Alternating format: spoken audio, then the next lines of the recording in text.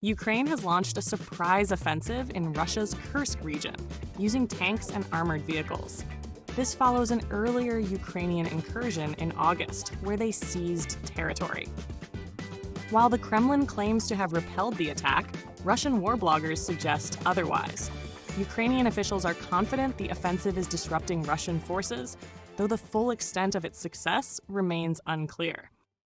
All right, so we've got a really interesting situation developing over in Ukraine, with this new offensive, but not where you might expect. Yeah.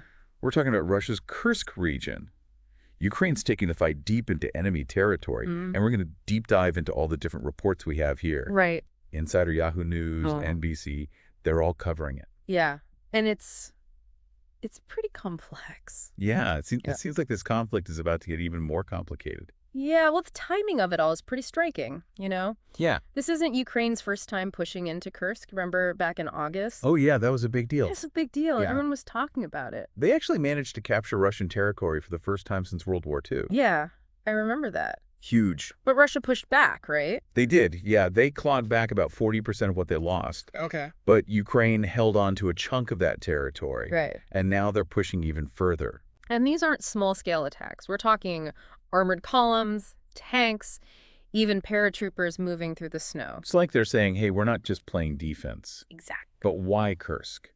Is there something strategically important about that region? Well, there are a few things going on, I think. First, that initial incursion back in August, that was a huge psychological blow for Russia. Yeah, having their own soil occupied for the first time in, I mean, since World War II, it's major, and by continuing to push in Kursk, Ukraine keeps that pressure on. I see. So it's kind of like a reminder that they can strike deep. Exactly. They're reminding everyone that they can strike deep within Russian territory. So it's as much about sending a message as it is about gaining ground. Yeah, I think that's a big part of it. Okay. But there's also a strategic element to consider. Kursk sits on a key north-south axis. Right. And if Ukraine can control this area, they could disrupt Russian supply lines and troop movements. Okay, so it's like cutting off the enemy's lifeline. Precisely. That makes a lot of sense. And don't forget, all of this is happening while Ukraine is also facing intense fighting in the east. Oh, right. So they're fighting on multiple fronts. Exactly, which is a huge logistical and strategic challenge. Yeah, that's incredible. Yeah. Okay, so we've got this surprise offensive in a strategically important region, but then there's this other twist to the story. The potential involvement of North Korea. Right. Zelensky himself is claiming heavy North Korean casualties fighting alongside Russian troops in Kursk. Yeah, and that's where things get really murky, Yeah. It's one thing to have rumors about North Korean involvement. Right. But to have Zelensky himself come out and say that, citing his top commander, claiming that a whole battalion was wiped out. Wow. I mean, that raises the stakes significantly. But how reliable is this information? That's the question, right? We were talking about a war zone, propaganda. Exactly. It's everywhere. Yeah, you're absolutely right to be skeptical. We haven't seen any independent verification of these claims. Yeah. And it's entirely possible that the numbers are being inflated for strategic purposes. Yeah. But even if the exact figures are uncertain, the possibility of North Korean troops actively engaged in the fighting, that changes the entire dynamic of this conflict. It really makes you wonder what's in it for North Korea. Exactly. Why would they get involved in this mess? Thousands of miles from home. Yeah, it's a question a lot of analysts are trying to answer. Right. Are they being pressured by Russia? Mm-hmm. Are they hoping for some kind of reward? Right. Or is this a sign of a deeper alliance between these two nations that we haven't fully grasped yet? Yeah, it's like a puzzle with a lot of missing pieces. It really is. And speaking of puzzles, we can't ignore the big wild card in all of this. The return of Donald Trump to the White House. Oh yeah, the Trump factor. He's made it clear that brokering a peace deal between Ukraine and Russia is high on his agenda. Right, and that introduces a whole new level of uncertainty. Yeah. Trump has expressed admiration for Putin in the past, and there's a lot of concern that he might pressure Ukraine into accepting a deal that favors Russia. Right, potentially leaving them vulnerable in the long run. Exactly. That's a worry I've seen echoed in a lot of the articles we've got here. Yeah. People are anxious about what a Trump-brokered peace might actually look like. And that anxiety is understandable. Yeah. A premature peace. One that doesn't address the root causes of the conflict or provide robust security guarantees for Ukraine. Right. I mean, that could simply allow Putin to regroup and prepare for another attack down the line. So this Kursk offensive, this bold push into enemy territory, could it be a way for Ukraine to strengthen their negotiating position It could be. before those peace talks even begin? Yeah, that's certainly one interpretation. Okay. If Ukraine can demonstrate its military capabilities and its willingness to keep fighting, it gives them more leverage at the negotiating table. Right. It's a high-stakes gamble, Yeah. but it could be their best shot at securing a peace that protects their interests. This is all getting really complicated. It is. We've got a surprise offensive, the potential for North Korean involvement, and the looming return of Donald Trump all swirling together in this volatile situation. Yeah. It's enough to make your head spin. It's a lot to unpack, that's for sure. But that's why we're here, right? That's right. To try and make sense of this complex and ever-changing situation. Absolutely. And one thing that really jumped out at me from these sources is just how much conflicting information is out there. Right. It's like everyone has a different interpretation of what's going on. You're absolutely right to highlight that. In Yeah. a conflict, like, this information becomes a weapon. Right. Both sides are trying to control the narrative to spin events in their favor. Okay. So it's more important than ever to be critical of what we're reading and hearing. So how do we do that? How do Yeah. we sift through all the noise and figure out what's actually going on? Well, that's where critical thinking comes in. Okay. We need to be asking ourselves, who is providing this information? What might their motives be? And what other perspectives are out there? Right. It's about looking beyond the headlines and digging deeper to understand the complexities of this conflict. So it sounds like we need to be more like detectives than passive consumers of news. Precisely. We need to be actively piecing together the puzzle, considering different viewpoints and questioning assumptions, because in a situation as complex as this, there are rarely easy answers. And speaking of complexities, there's another layer to this Kursk offensive that I found particularly intriguing. It's not just about the military maneuvers, it's about the human stories unfolding on the ground. That's an important point. Behind all the strategic calculations and geopolitical maneuvering, there are real people whose lives are being upended by this conflict. Yeah, absolutely. These sources highlight that, they talk about Ukrainian soldiers pushing through snowy fields, facing fierce resistance from Russian forces. Right. And on the Russian side, you have these military bloggers embedded with the troops offering a glimpse into the challenges they're facing. It's fascinating to get those firsthand accounts. Even if they are coming from a pro-Russian perspective. Yeah, one blogger even called this Ukrainian counteroffensive a long-anticipated last hope move. Wow. Which I think suggests that even those sympathetic to Russia recognize the determination and strategic thinking behind Ukraine's actions. Right. It's like they're acknowledging that Ukraine is playing a dangerous game, but might not have any other choice. And that danger is very real. We're talking about a region where both sides are heavily armed, tensions are high, and the potential for escalation is significant. Yeah. Even if this offensive succeeds in achieving its tactical objectives, Right. there's always the risk of a wider conflict erupting. It's a reminder that this isn't just some abstract geopolitical game. Exactly. Real lives are at stake, and the consequences of miscalculation could be devastating. Precisely. And we see those consequences reflected in the reports of casualties on both sides. Yeah. While exact figures are difficult to verify, there's no doubt that this offensive is adding to the already heavy human cost of this war. It's heartbreaking to think about all the families being torn apart, the lives lost, and the futures shattered. It is, and it underscores the urgency of finding a peaceful resolution to this conflict.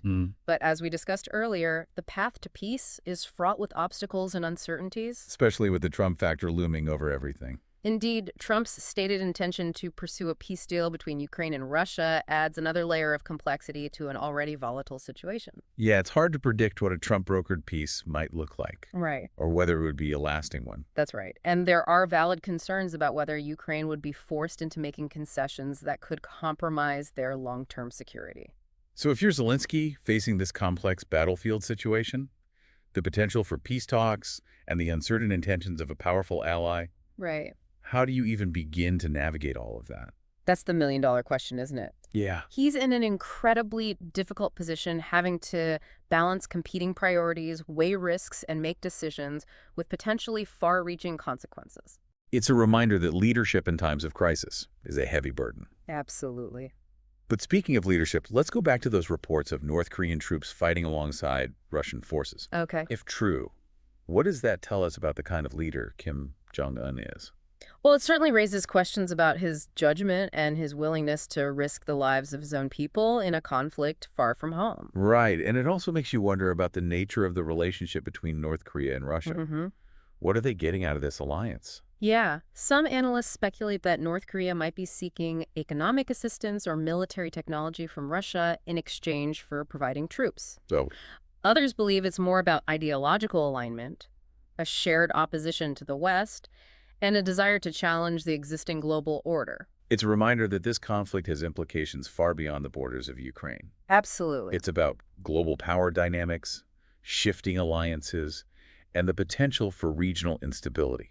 Exactly, and that's why it's so important to stay informed about these developments and to understand the broader context in which they're occurring.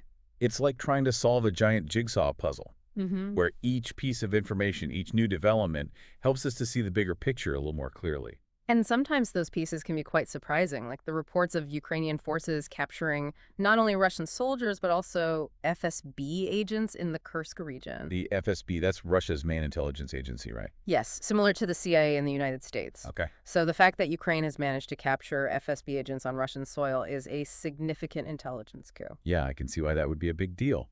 It not only provides valuable information about Russian operations, but also demonstrates the effectiveness of Ukrainian intelligence gathering. Exactly. And those captured agents become valuable bargaining chips in any potential negotiations. Right, like we were discussing earlier. Exactly. It's a grim reminder that even in war, human lives can become pawns in a larger geopolitical game. Unfortunately, that's often the reality of conflict. Yeah. But amidst all the strategic maneuvering and power plays, it's important to remember the human cost. Absolutely. And one thing I've been wondering about is the impact of this offensive on the people who live in the Kursk region. Right. What's life like for them right now? Well, the sources paint a bleak picture. Now, we're talking about villages turned into battlegrounds, constant artillery bombardments, and the constant threat of violence. It's hard to imagine what it must be like to live under those conditions, to have your life upended by a conflict you have no control over. It's a sobering reminder that behind every headline, every military maneuver, there are real people whose lives are being shattered. And it makes you question the true cost of war, not just in terms of lives lost, but also in terms of the psychological scars, the trauma, and the lasting impact on communities. You're absolutely right. The true cost of war extends far beyond the immediate casualties and destruction. It can take generations for communities and nations to heal from the wounds of conflict. Which brings us back to the critical question: how do we find a way out of this cycle of violence and achieve a lasting peace? That's the challenge facing leaders on all sides, and it's a challenge made even more complex by the shifting political landscape, with Trump's return to the White House looming large over everything. It's like we're standing at a crossroads, with the future of Ukraine and perhaps even the wider world hanging in the balance. And as we navigate this uncertain terrain, one thing is clear: the decisions made in the coming weeks and months will have profound and lasting consequences. So we've got Ukraine making this bold move in Kursk. We've got potentially North Korean troops in the mix. And then we've got Trump's return adding like this whole other layer of uncertainty. Yeah. But in the middle of all this is Zelensky trying to lead his country through this incredibly challenging time. Yeah, his position is almost unimaginable. You know, leading a nation at war is hard enough, but having to navigate potential peace talks Right. while a key ally stance is unclear. I mean, that's a whole other level of pressure. And it's not just the external pressures he's dealing with, right? He's got to consider the hopes and anxieties of the Ukrainian people, too. Oh, absolutely. Some Ukrainians might be desperate for peace at any cost, Right. while others see any concessions to Russia as a betrayal. Right. Balancing those competing demands while trying to chart a course for the nation's future. Yeah. I mean, that's a monumental task. It makes you wonder, what clues do we have about how Zelensky's approaching this situation? What can we glean from these sources about his strategy? Well, his public statements are still very defiant. Okay. He's highlighting Ukrainian victories, emphasizing the need for strong security guarantees, and even calling out Russian and North Korean casualties. Okay. It seems he's trying to project strength and unity both domestically and on the world stage. So it's like he's trying to show the world, and maybe even Trump, that Ukraine is not backing down, that they're in this fight for the long haul. Exactly. And some analysts believe this Kursk offensive is part of that strategy by demonstrating that Ukraine can still take the fight to Russia, even on Russian soil. They're strengthening their position for any potential negotiations. So it's a calculated risk. a way of saying don't underestimate us. Mm-hmm. But what happens if those peace talks don't go Ukraine's way? Mm.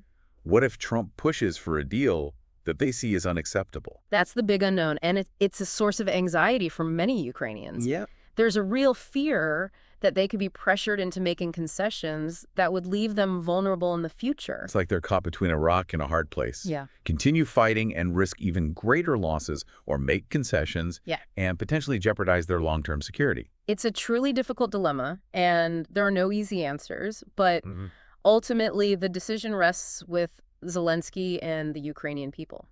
So what does all this mean for us, the listeners, trying to make sense of this complex situation? It feels like we're being bombarded with information from all sides, and it's hard to know what to believe. You're right, and that's why it's so important to be discerning consumers of information. We need to critically evaluate sources, consider different perspectives, and be wary of propaganda and misinformation.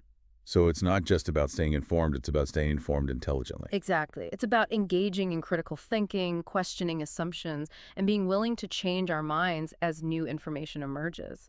It's like we need to be active participants in this process of understanding, not just passive recipients of whatever information is thrown our way. Precisely. And that active engagement is crucial not just for understanding the specific conflict, but also for navigating the increasingly complex world we live in. So as we wrap up this deep dive into the situation in Kursk, I think the key takeaway is that this is a story with no easy answers. Yeah. It's a story of courage, resilience, and the human cost of conflict. And it's a story that's still unfolding, with the potential to reshape the geopolitical landscape for years to come. Well said. And as we continue to follow this story, let's remember to approach it with both informed curiosity and a deep sense of empathy for all those whose lives are affected by this conflict. And to our listeners, thank you for joining us on this deep dive. We encourage you to keep exploring, keep questioning, and keep seeking out diverse perspectives. Until next time, keep diving deep. As the situation in Kursk continues to unfold, the true impact of Ukraine's offensive remains uncertain. With conflicting reports and ongoing military activity, the conflict shows no signs of easing. Stay tuned for further updates as this critical development evolves.